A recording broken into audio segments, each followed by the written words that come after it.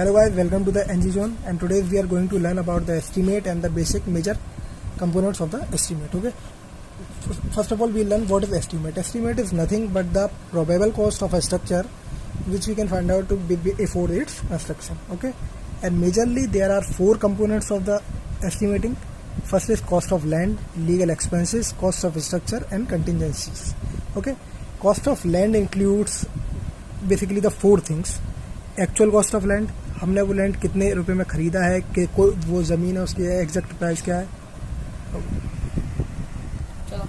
Cost of land के बाद आती है सर्वेइंग कॉस्ट, कि जो भी हमने ज़मीन ली है वो हमारे कंस्ट्रक्शन के लिए अप्रोप्रिएट है कि नहीं, हमारे स्ट्रक्चर के लिए अप्रोप्रिएट है कि नहीं, उसके लिए हमें सर्वे भी कराना पड़ेगा.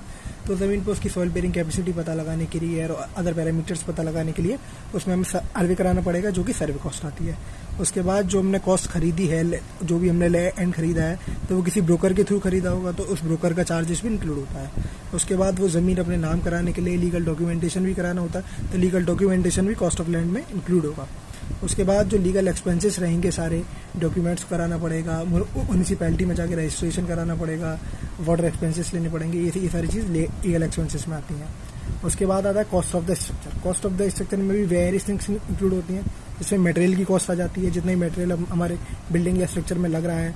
लेबर की कॉस्ट आ जाती है, वाटर एंड इलेक्ट्रिसिटी चार्जेस आ जाते हैं, जो कि स्ट्रक्चर के दौरान जितना भी पानी चाहिए होगा तो उसको वाटर अथॉरिटी से अप्रूव कराना पड़ेगा, और इलेक्ट्रिफिकेशन बिजली पानी का जितना भी सब चार्जेस होंगे. उसके बाद इंजीनियर्स फी आती है. इंजीनियर्स फी भी दो टाइप्स में डिवाइड होती है.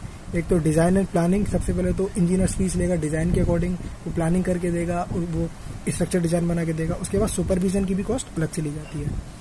And the final contingency charges आते हैं, जो कि हमने पहले नहीं सोचे होते, चार्जेस जो हमने इंक्लूड नहीं करे होते, जैसे जो चार्जेस सडनली कंस्ट्रक्शन के दौरान आते हैं वो 3 to 5% होते हैं, उन्हें कंटिजेंसी चार्जेस कहते हैं.